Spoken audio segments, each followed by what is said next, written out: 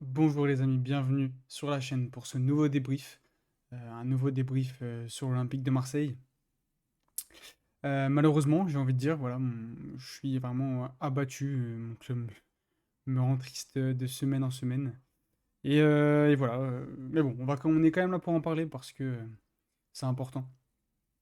Et surtout qu'il y avait de gros enjeux ce soir. Donc voilà, une défaite 1-0, comme j'ai écrit, l'Europe s'éloigne parce que du coup, tu es à 3 points de l'Europe.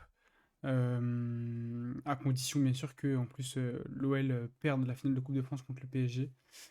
Euh, donc il faudrait que Lyon et Lens et ou du coup Lens perdent et que toi tu gagnes ta dernière journée euh, face au Havre. Bon, il y a moyen de gagner face au Havre, hein, mais voilà, va falloir un concours de circonstances, on va dire, alors que tu avais ton destin entre tes pieds. Et voilà, c'est dommage. On va parler un petit peu du match. Voilà, on va y aller hein, directement. Avec déjà les compos pour Reims, donc un 4-2-3-1 avec Evan Diouf dans les buts. Abdul Koné, Agbadou, Abdelhamid, Hakimi en défense. Stambouli Mounetsi dans un double pivot au milieu de terrain. Ito, Thomas, Nakamura un petit peu devant. Et Diakité, pardon, en numéro 9. J'avais oublié le nom. Pour l'OM, du coup, on a démarré en 3-5-2 avec Meite, Balerdi, Mbemba, bien sûr Lopez dans les buts, hein. Klose et Merlin pour les pistons. Veretout, Kondogbia, Gay et devant Aubameyang et Sarr. Moi, déjà, il y a un truc qui me choque là, tout de suite, comme ça, quand je vois le 11, c'est que tu as l'Europe à aller chercher, tu as tout le travail à faire. Tu joues contre une équipe qui n'a plus de. Enfin, qui a un coach, mais voilà, le coach s'est fait virer il y a une semaine, à peu près, qui n'a plus rien à jouer, et tu arrives avec deux attaquants de métier, et encore un ailier et un attaquant. Euh, Déjà, moi, là, ça me dérange, déjà, ça me pose problème, très franchement. Euh, T'as vraiment ton destin entre tes pieds et c'est à toi de faire le taf, en fait. Et t'arrives dans une position attentiste, comme si t'y croyais pas, déjà, dès le début. Et puis voilà, bon, l'attitude sur le terrain n'a fait que prolonger ça, mais bon, voilà, on est sur les compos. Donc ouais, franchement, ça me dérange. Voilà. Et après, côté Reims, bah, c'est plutôt du classique, j'ai l'impression, avec des joueurs plutôt intéressants. Ah oui, puis oui, tant qu'on y est sur les compos, Aubameyang qui est malade depuis une semaine, qui est malade comme un chien, bon, tu le fais débuter, je vois un petit peu où tu vas en venir, dans le sens où t'espères que voilà, il va te débloquer le match sur un truc, un exploit personnel, bon, pourquoi pas. Tu le fais jouer 90 minutes alors que tu vois qu'il n'enchaîne pas trois courses. Papy, il y a un truc là, il y a un problème. Donc voilà, comme ça c'est fait, c'est calé. Euh, Ça fait partie des problèmes selon moi sur la compo. Même si Aubameyang, ça reste un très grand joueur et euh, on a besoin de lui cette saison, mais Aubameyang qui court pas, enfin là en fait, tu t'handicapes en fait. Donc voilà. Maintenant sur le match, bah écoutez, une équipe marseillaise complètement amorphe, collectivement à la rue complet. Euh, Franchement, rien de positif à ressortir. Tu gagnes pas beaucoup de duels en plus de ça. Voilà, quand on sait que le duel, c'est quand même une grosse partie d'un match, bah là, voilà, t'en gagnes pas. Tes leaders, enfin, les joueurs qui sont censés être tes leaders sont complètement à la rue.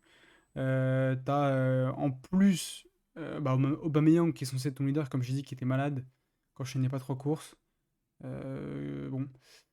Donc voilà, hein, tu fais un joli petit cocktail de tout ça et t'as une bouse, voilà, comme on a vu ce soir. L'impression qu'on aurait pu jouer 3 heures et pas marquer un but. Même mettre 72 attaquants et toujours pas marquer. Et c'est assez problématique, mais ça reflète un petit peu la saison. Donc, euh, donc voilà, j'ai même pas envie en fait, de prendre première mi-temps, deuxième mi-temps, parce que j'ai l'impression que on a joué le match en fait, sur le même rythme. Voilà, notre match, c'est ça. Voilà, c'est une ligne en fait droite, continue, qui n'a pas oscillé. Non, c'est un flow continu de merde, hein, voilà, on va appeler un chat, hein, non, il n'y a rien de bon. Y a que Balerdi, voilà, qui a tenu un peu la baraque ce soir, qui a pas perdu beaucoup de duels, et qui en plus dans la relance a été quand même archi intéressant, voilà. Ce soir, il a Au niveau Marseille, il a surnagé, clairement. Euh, donc ouais, ouais, voilà, hein, tes cadres, tes meilleurs joueurs qui ne sont pas au rendez-vous. Le reste, t'en as pas un qui se rebelle. Je sais pas. Pour l'ego, je sais pas, moi, il y a un truc qui... Ouais, moi, ça me dérangerait, franchement. Mais bon, après, je suis pas footballeur et voilà, je peux pas comprendre. Mais ouais, l'état d'esprit n'y était pas. Tu t'es fait bouffer de A à Z. Techniquement, beaucoup, beaucoup, beaucoup, beaucoup trop de déchets. Que ce soit dans la prise de décision, dans les choix, ou même balle au pied, hein, techniquement, hein, tout simplement. Il y a du déchet. J'ai même pas envie de parler d'Ismaïla Assar parce que bon, voilà, on reviendra sur son cas un petit peu après parce que on va attendre que la saison se termine et on va faire ça à froid. Mais on va faire un bilan un petit peu sur chaque joueur de l'OM. Et puis bien sûr qui je garde et qui je dégage. Et bah, croyez-moi que Ismail Assar, je pense que c'est le deuxième que je mets dans la valise. Donc voilà. Donc non, ouais, non, terrible, hein. L'état d'esprit absent, du déchet sur toutes les lignes. Voilà, hein, tu peux pas espérer grand-chose en fait.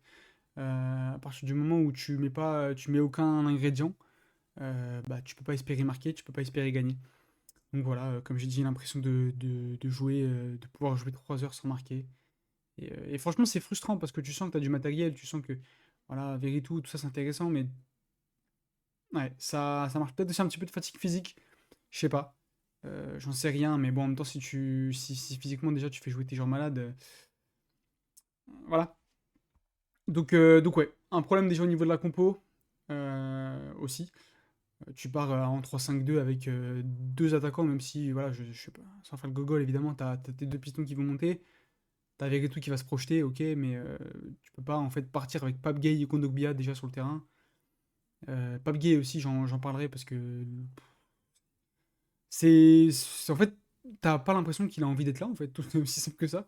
T'as l'impression qu'il est déjà en Espagne. Et c'est dérangeant de faire jouer des mecs comme ça.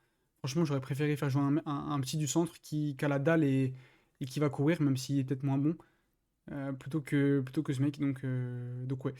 Les mots sont un peu durs, mais voilà, ça représente juste le match de ce soir et il y a aussi un petit peu, bah, forcément, de la frustration, hein, en tant que supporter.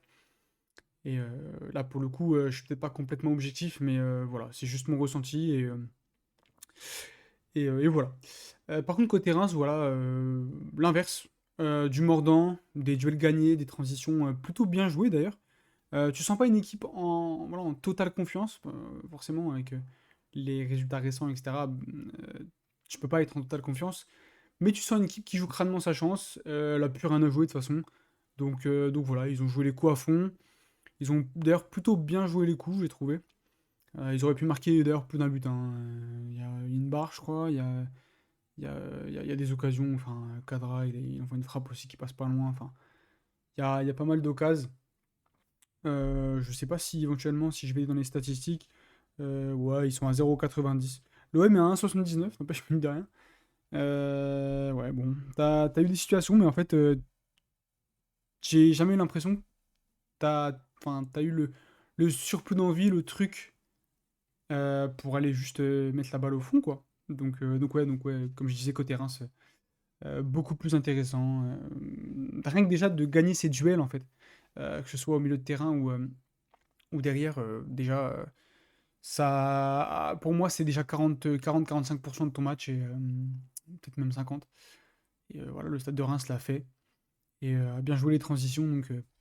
Donc voilà, l'étape est flop de ce match. Bon bah voilà, en flop, j'ai mis l'Olympique de Marseille en entier parce que je pense que du coach au dernier remplaçant, il n'y a rien à ressortir. Peut-être Balerdi, si quand même, allez. Faut être honnête, Balerdi, il sort quand même un match.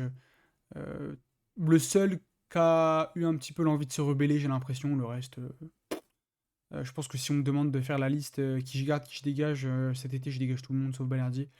Le problème, c'est que c'est Balerdi qui va partir. Mais voilà. En défense centrale, voilà, même pas bouffé dans les duels. Meite, bon, il a joué 45 et puis il revient de blessure. J'ai peut-être pas envie d'être trop méchant avec lui, mais bon, pas incroyable non plus. Jonathan Klaus, je vais en parler parce que Jonathan Klaus, j'en peux plus. Voilà, je n'en peux plus. Je n'espère qu'une chose, c'est qu'il ne soit pas pris à l'Euro demain. C'est peut-être très méchant, mais en fait, t'as l'impression qu'il pensait déjà à l'équipe de France, s'il allait sélectionner ou pas. Et ça me dérange, voilà, je suis supporter de ce club, ça me dérange. Aucun effort, ouais, en deuxième mi-temps, peut-être il a fait un peu plus offensivement, mais ouais, il s'est fait mélanger pareil sur le côté. C'est, En fait, quand tu sais jusqu'où ce mec a été, quand tu sais le vrai niveau de ce mec, tu le vois jouer à ce niveau, bah tu sais en fait, t'as compris, tu comprends vite, hein. Donc c'est vraiment frustrant. Pape Gay, bah, vivement juin qu'il rejoigne l'Espagne et qu'on n'en parle plus. Euh, voilà, merci pour rien, merci pour rien, hein. Et voilà, au revoir. Euh, Kondogbia, je suis désolé, mais t'es un leader, t'es un cadre, t'es censé être un des meilleurs joueurs de l'effectif. Je ne vois pas la plus-value sur le terrain. Quand t'es sur le terrain, déjà, parce que y a des blessures, mais quand t'es sur le terrain, je ne vois pas la plus-value. Voilà, je suis désolé, hein. Mais pour 400 000, pour 400 000 par mois, je crois, 400K par mois, un truc comme ça, tu peux tellement aller chercher mieux. Euh, non, désolé, capitaine en plus, je peux pas. Je peux pas. Verretou, le seul qui a peut-être un petit peu d'activité au milieu, mais le déchet ce soir. Oh, voilà. Puis, même dans l'attitude, voilà, oui, il y a main, quand tu lèves les bras au ciel, oui, oui, il y a main, mais t'arrêtes pas de courir. Si les Rémois jouent la transition à 100%, bah, on a plus qu'à les regarder marquer, en fait. Donc voilà. Quentin Merlin, bah écoute, j'ai même pas envie de trop méchant avec lui parce que c'est pas le plus horrible ce soir. Tu sens qu'il a un beau petit pied, voilà, de la qualité au niveau des centres, mais c'est trop peu ce soir dans le duel, etc. C'est trop peu, trop peu, trop peu. Il s'est pas rebellé en fait, clairement. Ismail Assar, le déchet, j'ai envie de. Franchement, quand je le vois faire un contrôle, j'ai envie de me fracasser le crâne dans le mur. C'est. Même dans le dribble, hein. Le peu de fois où il a provoqué un peu, il s'est arrêté, il est revenu vers l'arrière. Euh, on dirait Grealish, mais avec 1000 fois moins de qualité. Donc, je sais même pas quoi vous dire. Voilà, hein, c'est terrible. Franchement, c'est terrible. Euh, et même dans la transition, où voilà, tu l'attends un peu sur la vitesse, etc. C'est mal joué, il joue mal à chaque fois. L'appel est souvent pas bon. En plus, il y a une fois où il rentre dans un Rémois. T'es plus rapide, je vous là, la transition, je sais pas, enfin. Non, franchement, terrible. Aubameyang, bah écoutez, je vais pas lui cracher dessus, le pauvre. Il a joué 90 minutes, même plus, avec l'envie de gerber, il en peut plus, l'autre. Il a des cernes jusqu'à la bouche. Euh, il voulait juste être dans son lit, le poteau, et il se retrouve à jouer 90 minutes dans un match bourbier comme ça. Franchement, je le plains limite. Voilà, sans faire le culte d'un joueur ou quoi. Je comprends pas en fait comment tu peux le laisser sur le terrain alors que tu vois que physiquement il y est pas et il galère. Comment, je sais pas, abrège ses souffrances au moins, même si je comprends l'idée de le mettre dans le 11 de départ, à la limite je peux entendre qu'il déverrouille le truc sur un exploit, ok, mais le faire jouer 90, sérieux, non, c'est pas possible. C'est pas possible. Enrique, bah écoute, Enrique en fait c'est trois ballons vers l'arrière ou action très mal jouée pour une action bien jouée, donc le calcul est pas bon. Trop timide, trop timoré, il attend qu'il ait un adversaire sur le dos pour aller vers l'avant, non, rien de bon. Moubania, il joue avec des Timberland au pied, c'est terrible, le déchet on dirait ça, mais en moins rapide. Et en déménageur, quand il est rentré dans l'Ivan Diouf, j'ai j'ai halluciné. Murillo, bah écoutez, il est rentré 10 minutes, enfin 11 minutes, un peu plus. Euh, il est compliqué de juger sur ça. Pareil pour NDI, et puis après le reste, écoutez, voilà, hein. Je pense qu'on a fait le tour, hein. Je suis franchement abattu et c'est comme ça. Dans les tops, j'ai mis Marshall Mounetzi parce que, au contraire de l'Olympique de Marseille, en fait, Mounetzi a fait le match que Kondogbia aurait dû faire, par exemple. Énormément d'activité, ou Gay peut-être plutôt, parce que Kondogbia joue un peu plus devant la défense, mais le match que Gay aurait dû faire. Beaucoup d'activité, un but qui le récompense. Non, c'est pas lui qui marque, c'est un contre Sungan, je crois. Enfin, il est sur le but, quoi. Il a récupéré beaucoup de ballons. Tu le voyais encore à la 92e dans la surface de l'OM. Franchement, impressionnant. Il y en avait d'autres à mettre, je pense. Je pense que un Nakamura a aussi sa place. Même un Agbadou qui récupère beaucoup de ballons. Ou même Akeme, hein, j'ai bien aimé, latéral gauche Akeme, le petit qui vient de Liga. Donc ouais, voilà, très bon match, enfin très bon match. Match réussi côté Rémois sans être exceptionnel, tu fais un bon résultat et t'enchaînes même si t'as plus rien à jouer et que t'es en roue libre. Donc voilà, je pense qu'on a fait le tour, hein. Voilà, faudra un miracle maintenant dimanche pour jouer ne serait-ce qu'une Conférence League. J'ai presque envie de dire tant pis, voilà. Autant repartir sur des bases saines en juillet avec un coach qui a des idées et en faisant le ménage en fait dans ton groupe de joueurs. Et voilà, Longoria s'est raté sur cette année, sur cette saison. Je suis en train de revoir le piqué de Ismail Assar là sur Ivan Diouf au début du match. J'ai envie de m'arracher les yeux, hein. Bref, pardon, c'est aparté. Euh, Franchement, autant repartir sur une saison voilà, avec un effectif sain, un coach qui a des idées et repartir sur autre chose, quoi. De toute façon, voilà. On sait que Longoria sait qu'il s'est trompé. C'est une saison à oublier. Même s'il y a un beau parcours en Europa League, ça s'arrête là, quoi. Et voilà. Vite passer à autre chose. Vite dimanche soir, pitié qu'on n'en parle plus et qu'on passe à l'Euro. On passe à la fin de la Liga et qu'on passe à l'Euro, par pitié. Et voilà, vous avez le message d'un homme en détresse ce soir. Donc voilà. Les amis, n'hésitez pas à me donner votre avis sur cet horrible match. En commentaire, le petit like, ça me remonterait le moral. Le petit abonnement, voilà, il y a pas mal de choses qui arrivent et pas sur l'Olympique de Marseille, heureusement. Et, euh, et voilà. Euh, Moi, je vous dis bah, très très vite, du coup, avec bah, la réaction par exemple à la liste de Didier Deschamps, normalement dans la journée, quand cette vidéo sera publiée. Donc voilà. À très bientôt. Salut.